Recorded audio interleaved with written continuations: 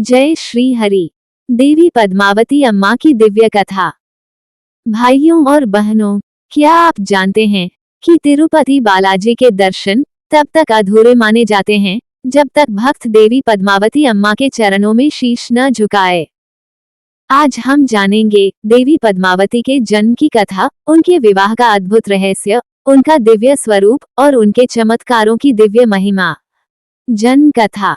पुराणों के अनुसार देवी पद्मावती का जन्म अखंड पुण्य भूमि आंध्र प्रदेश के नारायण वन में हुआ। वे एक पवित्र कमल ताल, जिसे पद्मा सरोवर कहा जाता है, वहां कमल से प्रकट हुई। जिस प्रकार माता लक्ष्मी समुद्र मंथन से प्रकट हुई थी, उसी प्रकार पद्मावती अम्मा कमल से अवतरित हुई, इसलिए उन्हें लक्ष्मी स्वरूपा माना जाता है। विवाह की कथा। एक बार भगवान वेंकटेश्वर नारायण वन में आए। वहां उन्होंने माता पद्मावती को देखा। पहली ही दृष्टि में प्रभु उनके तेजोमय स्वरूप पर मोहित हो गए, और माता ने भी जब प्रभु को देखा तो उनके हृदय में दिव्य प्रेम जाग उठा।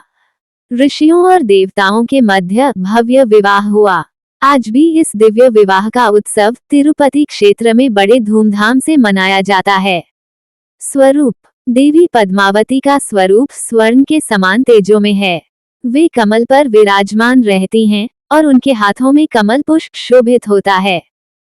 वे करुणामयी हैं, सुखदायिनी हैं और भक्तों को संतान, सौभाग्य, संपत्ति और समृद्धि प्रदान करने वाली हैं।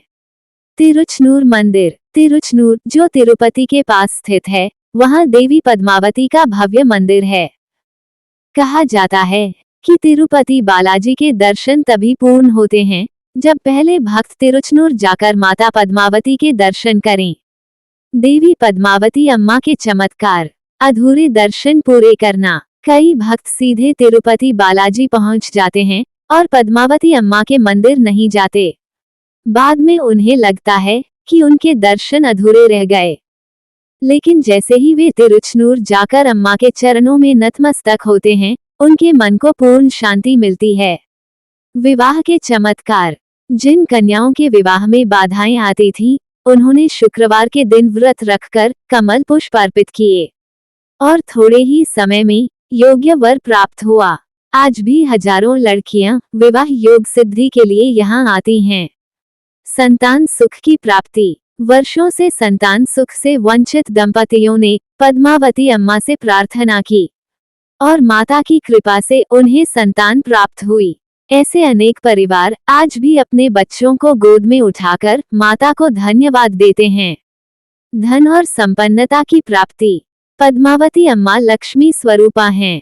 भक्तों ने अनुभव किया है कि रुके हुए धन के कार्य पूरे हो जाते हैं, व्यापारियों को लाभ मिलता है और गृहस्थी में संपन्नता लौट आती है। चमत्कारी दीपक। तिरुचनूर मंदिर में दीपक जलाने की विशेष परंपरा है।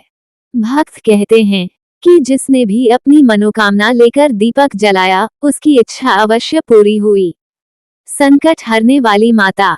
यदि घर में रोग, कलह या अशांति हो तो पद्मावती अम्मा का कीर्तन और आरती करने से सभी संकट दूर हो जाते हैं। भक्तों को दर्शन। कई सच्चे भक्तों को माता ने स्वप्न में दर्शन दिए और अगले ही दिन उनकी समस्या दूर हो गई। आध्यात्मिक संदेश। भाइयों और बहनों, देवी पद्मावती अम्मा करुणामयी माता हैं। वे अपने भक्तों के सभी कष्ट हर लेती हैं और जीवन में संपन्नता, विवाह सुख और संतान सुख प्रदान करती हैं।